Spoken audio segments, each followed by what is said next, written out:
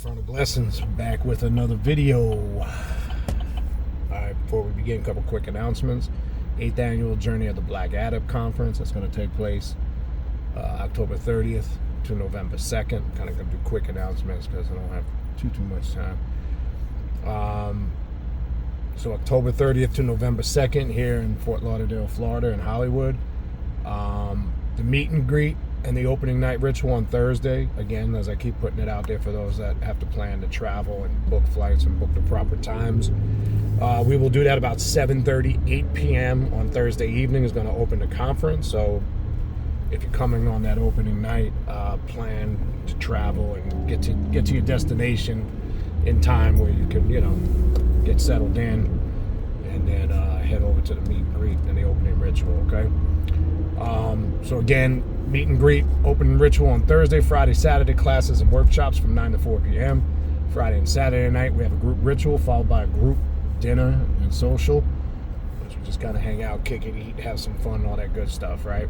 And then on Sunday, we close out the conference with a question and answer session from noon to 4 with yours truly. That wraps up the conference. You can attend live and in person, which hopefully we see most people come live and in person, or you can at least you can sign up to attend it virtually, where it gives you access to all the classes and the workshops. All right.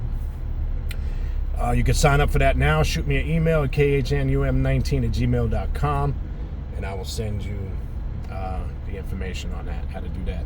If you're interested in a spiritual reading or a consultation, I offer various different types of readings: Klipothic demonic readings, Septima Workday readings, Egyptian oracle readings, shadow work readings, deity readings to see what gods, goddesses, demons, spirits walk with you. Maybe you're just interested in a consultation. Again, people utilize that. It's what it is, a consultation to discuss certain matters. Maybe they got something they want to focus on, or they just got questions on the occult and the left-hand path. All right. Any of the aforementioned, shoot me an email at khnum19@gmail.com. Please include in your email your full weekly availability along with the days and the times and the time zone that you live in. All right. And we'll find a day and time that works for both of us.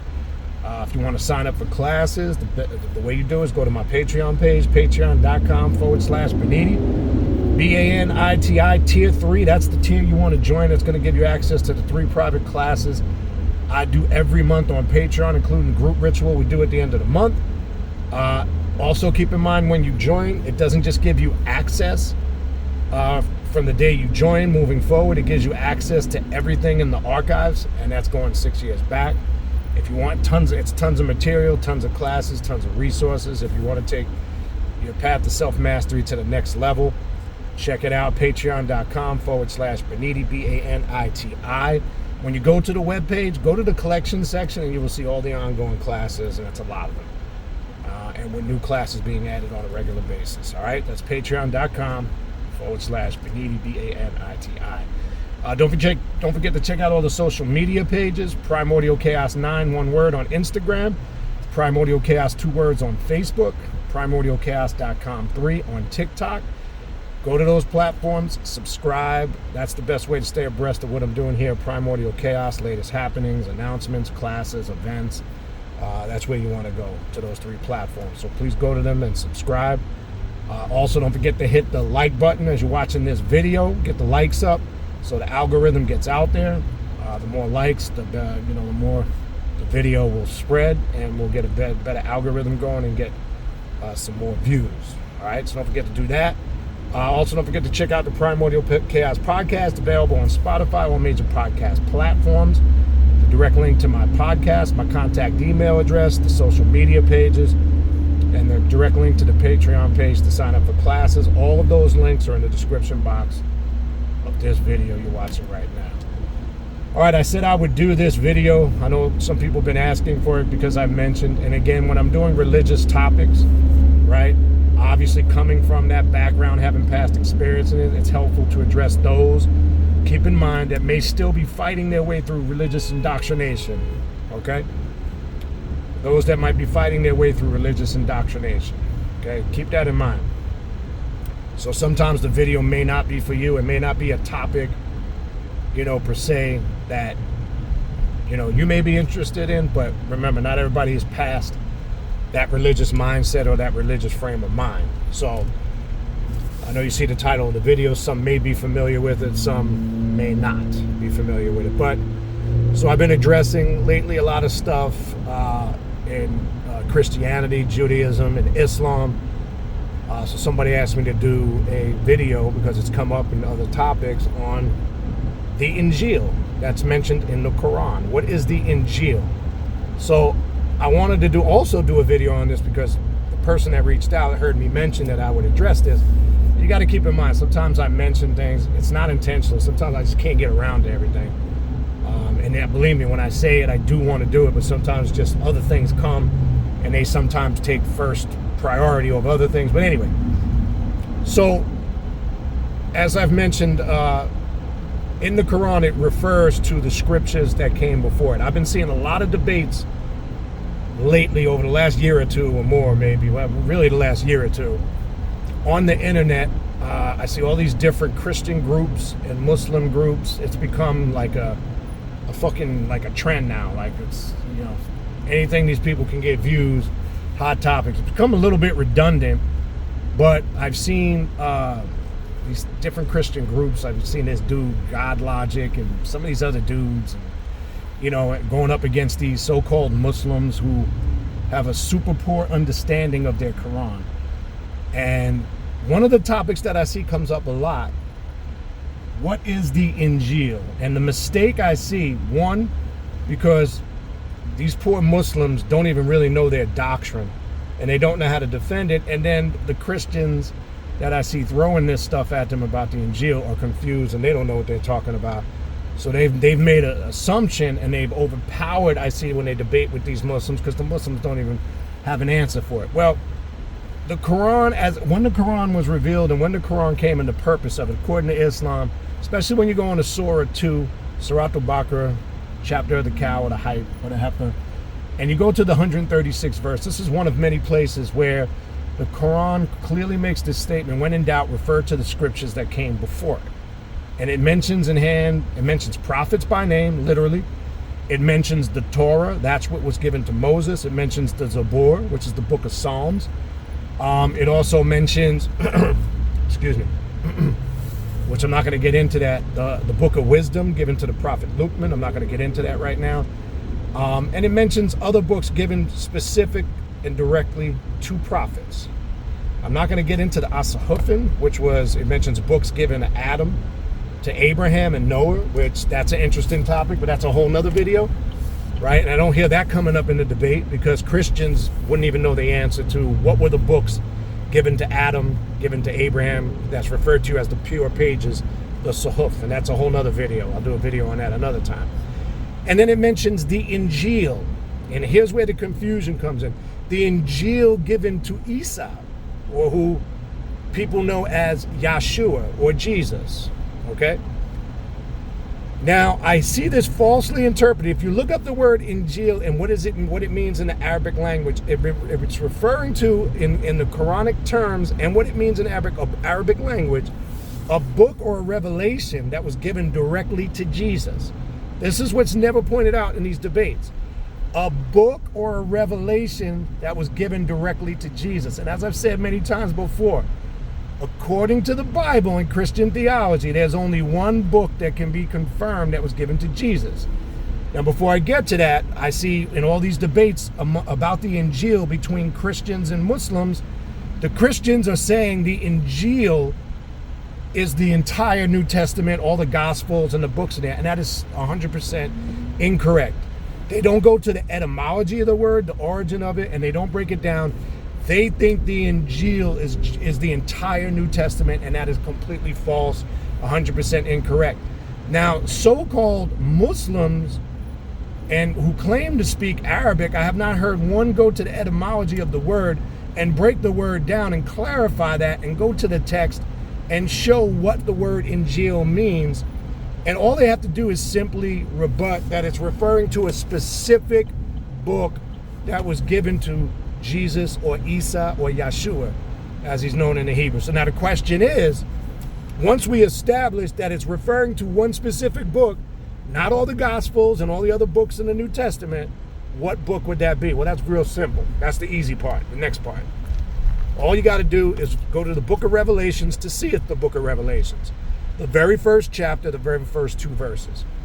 It says, here's the revelation of Jesus Christ, given to him, sent and signified by his angel, and revealed to his servant John. John, son of Zebedee, I'm teaching this according to religious theology. John, one of the original 12, who was on the island of Patmos, some say between 96 and 98 AD, this book is revealed. And this revelation is given to John, right? So it was a book given, and it was sent and signified by Christ's angel, or Jesus' angel. I've gone over this multiple times. So here clearly, those first chapter, the first couple of verses establishes there was a book revealed to Jesus, sent and signified by his personal angel. We already know who that is. We went over that. It's Melchizedek, right? That was in the Melchizedek videos. Not going to rehash all that for the sake of time. So the Injil, and I want to make this clear, and if anybody would like to have a discussion of it that sees this video, I'd be more than happy to have a discussion with them about it. And again, I'm coming from a neutral perspective. I'm not a Muslim, obviously, if you look at the content on my channel. I'm not a Christian, and I'm not a Jew. I've come from a religious background, but I've left all that. You can see that, obviously, in the content and what I deal with. I deal with the occult now, the left-hand path, so I want to make that clear. So I'm not taking a stance for either side, but I'll have a discussion with anybody. If you want to go to the information that's there, the Injil is the book of Revelations only. It is not the entire New Testament, all the Gospels and the letters of Paul, as I see in these debates. And it's sad that I don't see one Muslim go into the etymology and origin of this and break it down to clarify it. Because the sad thing is, here we got Muslims, Christians, and Jews who claim to follow the same God, and really when you go back to it, what the Quran is really saying, that Islam is a way of life, or it's referred to as Millah Ibrahim, the way of Abraham or Ibrahim. Abraham is referred to, it eliminates this whole just specific groups that came prior to it, whether it was the Jews or the Christians. It goes back to the father of monotheism that the Quran correlates it to, which is Abraham. Why? The question is why? Well, this is pre-Torah. So it's saying the way of life started with the prophet Abraham, right? Now the Torah wasn't even revealed. Moses wasn't even on the scene. So it's saying, it's going back, as the Quran claims, I'm just saying what's there. It's saying that Islam, or the way of life of Islam, right, is Millah or Malatu Ibrahim. The way of Abraham, the Hanifin, the upright one, right? So this is actually where this process starts. Okay, so it goes pre-Moses. So why that was doing that in the context of the Quran? Because the Jews would lay their foundation on Nebi Musa or Moshe or Moses, who received the Torah. The Jews would lay their emphasis on Yeshua, the Messiah, Jesus, which is wrong name in the poor English Greek translation. And then, as we know, Isa in the Quran, right? But the Quran, as it says, it came to clear up all the confusion that came before it. And it does, because it says, referred to what came before it when in doubt, it's saying that in the sense to say it's not teaching you anything new. It's verifying what came before it. It's explaining how the children of Israel lost the covenant and how they transgressed. I'm not going to get into some of the other quotes because I can get into a bunch. I can get into Genesis 49:10. I can get into Deuteronomy 18. I can go into Isaiah 29:12, where these are quotes. John 14:26. I've seen these debates about the Comforter and Muhammad and the authenticity. Is Muhammad a predicted prophet in the Bible? That's a whole nother discussion. Okay? I did videos and classes on that. You come to that conclusion. I can only tell you what's there and what's claimed. So I'm presenting it as a topic of discussion, not just from the perspective that this is exactly what I believe in, because I don't believe in any of that stuff anymore. But I just see these debates, and I'm not seeing any common sense being applied to these debates. It's sad. It really is. It's sad. You know?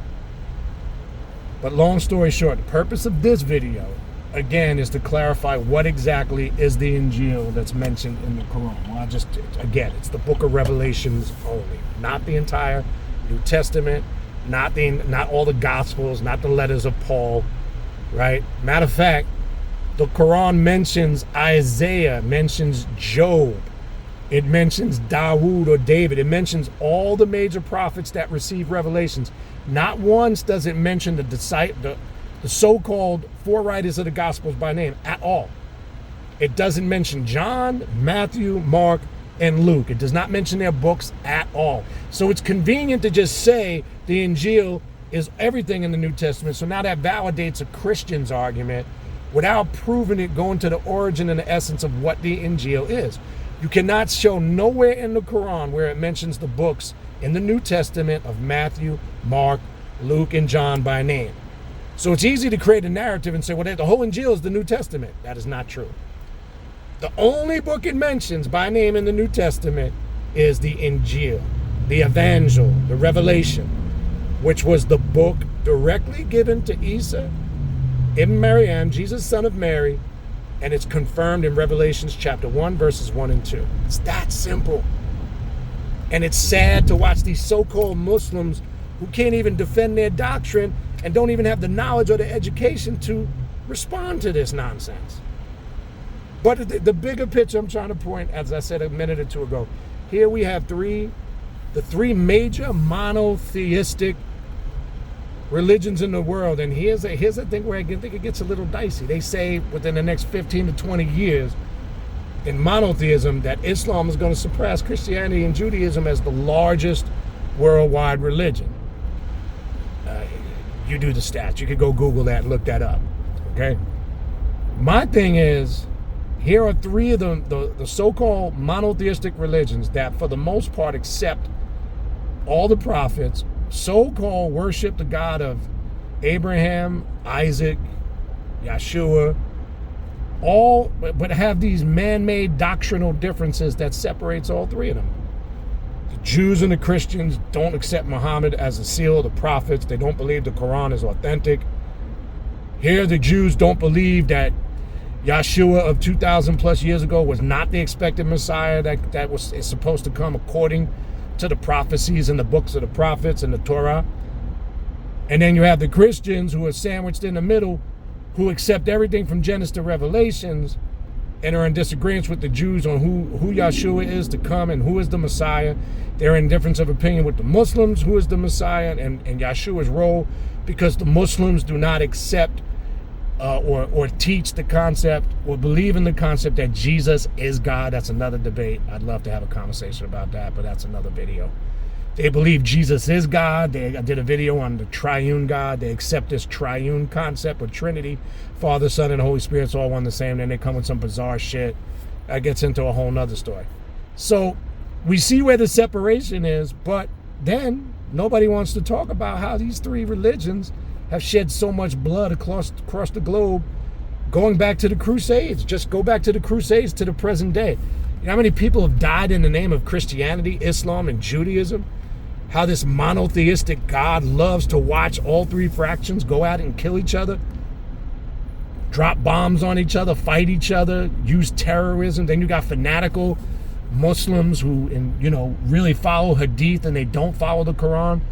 So they try to justify their terrorism as if it's an okay to do in the name of Allah. First of all, if you believe God is the omnipotent and omnipresent and omniscient, God wouldn't need you to blow up anything. Okay? God doesn't need you to carry out acts of terror and kill people in his name and then to try to use that as brownie points to validate your religion. That is the most ridiculous shit I ever heard. And then Christians are condemning everybody in the world that if you don't believe like they do, then, you're going to their fictitious place called hell that they can't even prove. Ask the tough questions. Where is hell? Don't get spooked on me. Let's go to the origin of the word, where the English word hell comes from, what it is in the Greek in the New Testament, and go back to the Hebrew and the Aramaic, and you'll find it's a place of hiding or closure where ships dock when you get the word haven in Greek. Why are these words put in it? Why is the Greek word theos used for God? Theos comes from the root word theory. Okay? It also has root in the word atheist, which is the theory of not believing in a God. All has root in that same word, theos, which is basically saying you don't know what God is. It's a theory. So when they put theos in the Bible, they're basically putting right in front of your face. They're telling you they don't really know who and what God is. Theos. Okay? And that's where we get our English word theory. Right? And yet we all know in English what the word theory is. So they're teaching you their theory or concept of God is. See, nobody goes into the essence and has the real conversations. They want to just debate this is Jesus God stuff. These just trivial things on the surface that really are not proving any point. But that's part of the distraction of the plan. But my point is this before I close this out. It's funny how all three believe in the same God, but they've been killing each other, shedding blood, killing innocent men, women, and children for years. All in the name of God, in the name of Jesus, in the name of Yahweh, Jehovah, etc. So now you ask me, these are the same fractions of religions that want to condemn, judge, and criticize other people for their spiritual beliefs. You tell me, who's really the God of death, destruction, evil, war, hate, envy, rape, lust, and destruction? Think about it. All right? I'm out of here. Hopefully this video helped.